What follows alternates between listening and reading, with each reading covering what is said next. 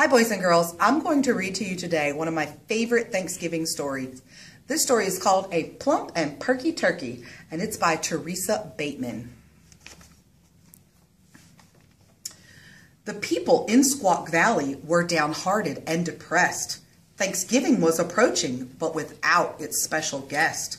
They couldn't find a turkey for the feast they planned to eat. It looked like they'd be making do with bowls of shredded wheat.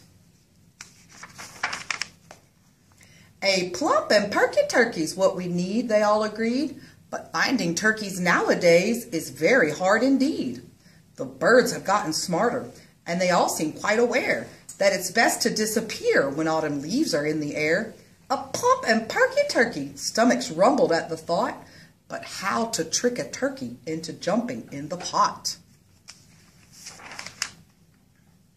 Then Ebenezer had a thought pop in his head. If we can't find a turkey, let's have one find us instead.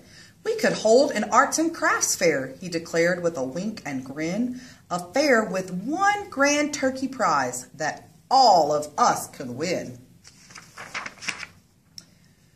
And since our goal is turkey, that's the theme we'll take to heart. We'll fill our fair with folks and fun and tons of turkey art. We'll make turkeys out of spuds, and out of clay, and out of rope. We'll make turkeys out of oatmeal, out of paper, out of soap.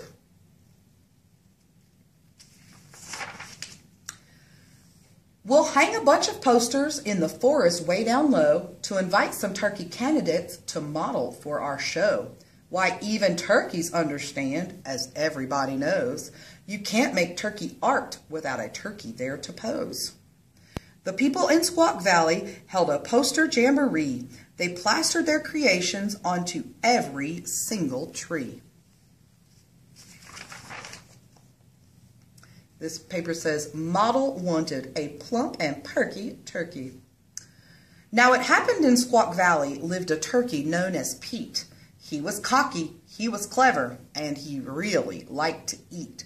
While he strutted through the forest, plump and perky through the pines, he was startled and intrigued by all those interesting signs. With a proud and jaunty gobble, he gave out a hearty cry, a plump and perky turkey! Well, I'm sure I qualify.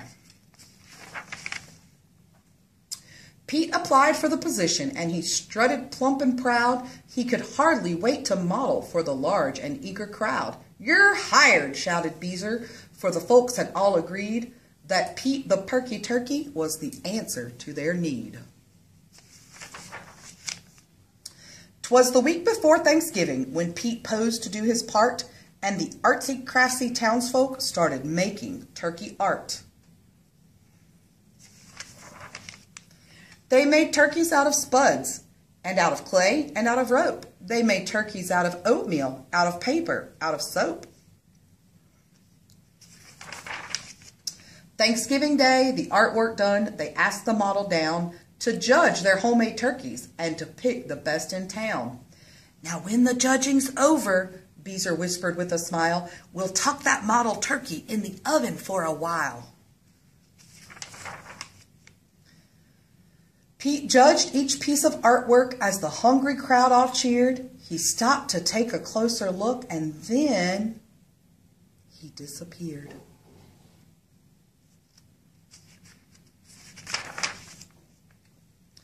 There were turkeys made of spuds. There were turkeys made of rope. There were turkeys made of paper. There were turkeys made of soap. The room was full of turkeys in a wall-to-wall collage. For a clever bird like Pete, it was the perfect camouflage. He's over here, old Beezer said. He's here, said Jacob Green. They searched amongst the turkeys, but their bird had fled the scene. A note in turkey scrawl they found half hidden on the lawn. Goodbye, I took my modeling fee. The oatmeal bird was gone. The people in Squaw Valley were left feeling rather blue. The only turkeys left in town appeared too hard to chew. Oh well, said Beezer brightly as they gathered round to eat. Right now, at least I'm thankful that we still have shredded wheat. That day, folks learned a lesson that stuck firm with them forever.